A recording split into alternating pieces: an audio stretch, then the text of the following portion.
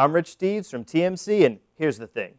They say that all good things must come to an end, whether it's a TV show, a celebrity marriage, or all-you-can-eat soup and salad.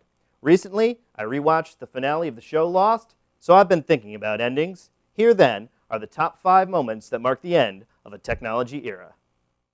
As a youth, I listened to some of my favorite things, like The Lone Ranger or The Muppet Movie, on my trusty 8-track player. It was a great technology that bridged the gap from LPs to cassettes. There was no scratching or skipping like with a record or a 45. You could even jump ahead when you wanted to. Unfortunately, that era came to an end in 1988 with the release of Fleetwood Mac's greatest hits, the last 8-track release. You know, do those darn kids today with their iPods even know what an 8-track is? In life, we have opposites, whether it's Coke and Pepsi or McDonald's and Burger King. The same was true in the video game industry back in the day. After Atari, TI, Commodore, and Coleco, there was the rivalry between Mario and Sonic. In fact, Sega came out with the slogan, "Genesis does what Nintendo don't."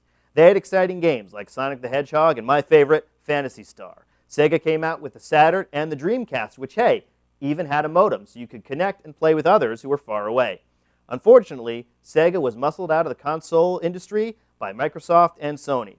Their last console came out in 2001, and the last game for it came out in 2004. We miss you, Sega. Do you remember the days of adjusting rabbit ears or going up on your roof to check the antenna?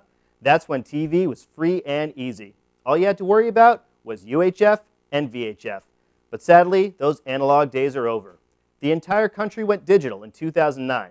Well, not after some panic, some delays, and a whole bunch of converters. None of that matters anyway, though. Pretty soon, we'll be watching everything on our computers. Ah, Friendster. It predated MySpace and was a combination of Friend and Napster. In 2002, it had 3 million users in just a few months. Then came all the copycats, and it was downhill from there. It was passed first by MySpace, then by Facebook, until it was sold off in 2009, and now it's a social gaming site. The Friendster era was quick and unmemorable, kind of like your Friendster friends. 1984. It was a good year for Big Brother, the Detroit Tigers, and Apple computers. The Macintosh was a big hit. But the next year was not so good. After Jobs and Wozniak got an award from President Reagan himself, Wozniak quit in disgust.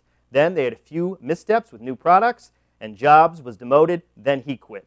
The company floundered for the next 11 years. But guess what?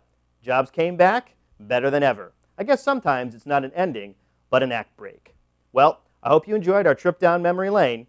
Every exit is an entrance somewhere else.